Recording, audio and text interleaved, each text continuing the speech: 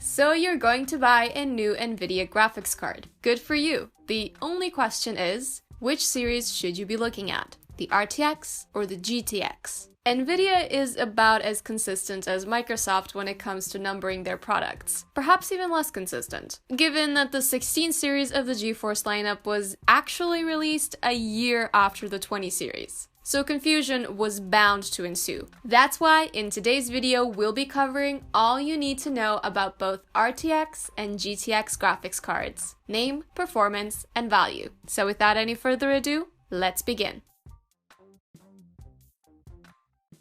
Let's start from the ground up and work our way towards the RTX and GTX so that we can understand their similarities before moving on to their differences. All of NVIDIA's gaming-oriented GPUs belong to their GeForce GPU brand. This brand was established way back in 1999 with the original GeForce 256 GPU. Over the years, NVIDIA has released lots and lots of different GPUs, culminating in the two latest GPU lineups, the GeForce 20 series that launched in 2018 and the GeForce 16 series that launched in 2019. The GeForce 20 series is made up of only RTX graphics cards, while the GeForce 16 series is made up of only GTX graphics cards. The RTX name was brand new at this point, while the GTX moniker had been used in previous generations. So what do these letters mean anyway? Are they an acronym for something? Nope, they don't mean anything. They're literally just there for branding because they sound cool and kind of catchy. That's literally all there is to it. Just like the i3 and Intel Core i3 doesn't mean anything either. It just sounds better than one.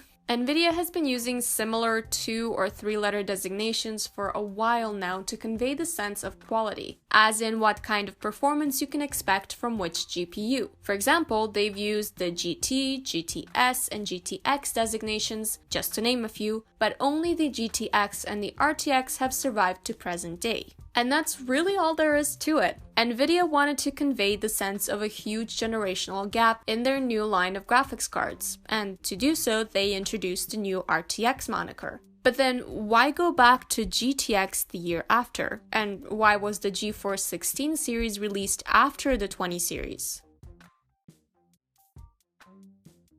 First things first, we need to talk about architecture. Both the 20 series RTX GPUs and the 16 series GTX GPUs utilize the same new Turing GPU microarchitecture. The RTX graphics cards released in 2018 were the first ever graphics cards to feature the new architecture. And naturally, the 16 series GPUs that came out a year after also featured it. Before Turing, gaming-oriented NVIDIA GPUs used the Pascal microarchitecture for a very long time. So they wanted to heavily highlight this new architecture and its capabilities, which is why they decided to release the more powerful GPUs first. Thus, the 20 series lineup was made up entirely of upper, mid-range, and high-end GPUs. These were the graphics cards that could properly highlight the capabilities of the advanced features that the new Turing-based GPUs brought to the table. And to really drive home the idea that this was supposedly a monumental step forward for gaming,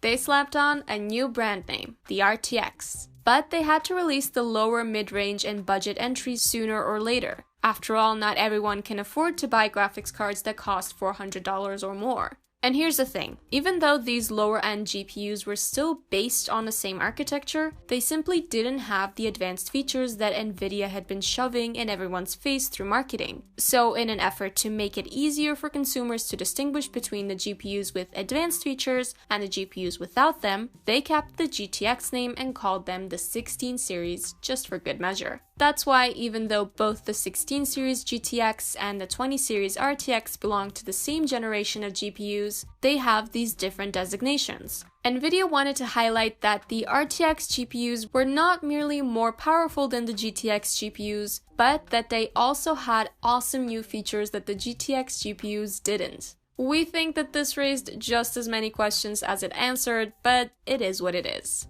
So what are these advanced new features? Well, it's normal for more powerful GPUs to have more cores than their less powerful cousins. The RTX GPUs, however, not only have more cores, but some of them are the two special kinds of new cores. These are the RT cores and the Tensor cores. If you take these special cores out of the equation, there really isn't that much of a difference between the 20 series and the 16 series. Sure, the 20 series GPUs are still more powerful just because they have more transistors, more regular cores, better memory, and so on, but the difference here is akin to the difference between the low and high-end last-gen 10 series GPUs. Just pure raw power.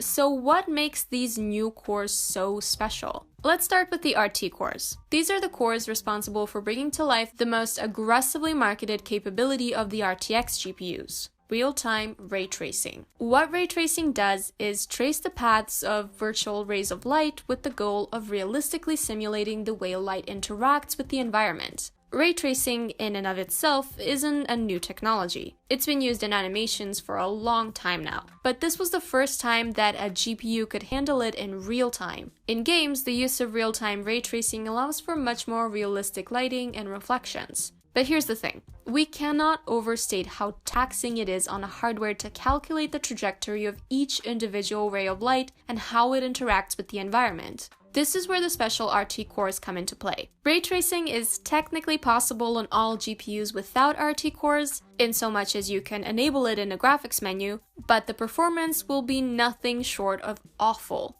Even a last-gen flagship like the GTX 1080 Ti can't handle it in a manner that leaves the game even remotely playable. And even GPUs with RT cores take a big performance hit when real-time ray tracing is enabled. This begs the question, is ray tracing even worth it? First of all, as of April 2020, there are only 20 or so games out there that support real-time ray tracing. It's certainly a more respectable number than it was back when the RTX GPUs just came out and people had to pay a hefty premium for a feature that no game supported yet. And this number is bound to grow with both the upcoming PS5 and Xbox Series X consoles set to feature real-time ray tracing support. But even then, we highly suggest watching some comparison videos to see for yourself what games look like with real-time ray tracing enabled and disabled. The difference is undeniably there, and once you spot it, you'll definitely appreciate it. But since it's all about shadows and lighting, it's easy not to notice the difference at first glance. Once you do notice them, you'll be wowed without a doubt, but whether or not they make up for the performance hit is up to you. For example, the game Control runs at a stable 60 FPS on an RTX 2070 and an i7-9700K setup, but only manages to scrape by on 30 FPS once real-time ray tracing is turned on. The frame rate drop isn't this drastic in every game, but it is always noticeable.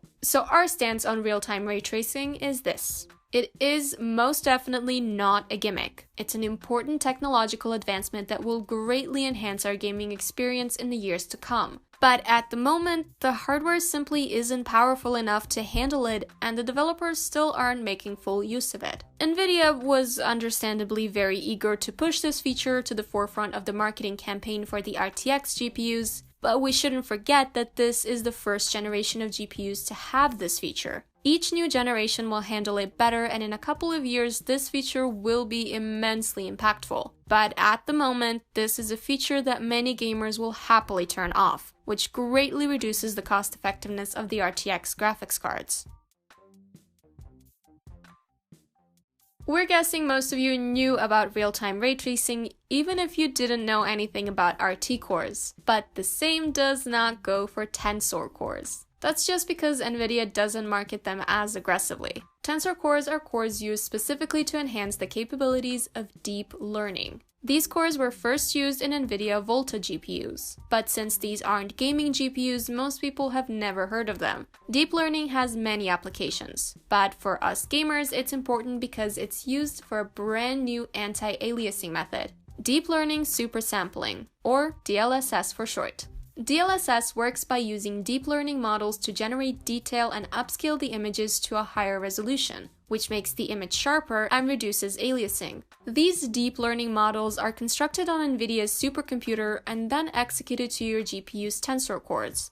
If you don't know what aliasing is, check out the link in the description that'll take you to a video all about this. But overall, DLSS makes for a crisper image, and it's less taxing on the hardware than other anti-aliasing methods. More importantly, it's also been shown to significantly improve performance when ray tracing is turned on, which is a big deal, as you can imagine. We're not sure how and why this is, but somehow DLSS simply brings out the best in ray tracing, and we think that's wonderful. Sadly, the number of games that support DLSS is small. More games support real-time ray tracing than DLSS, so you figure out the math.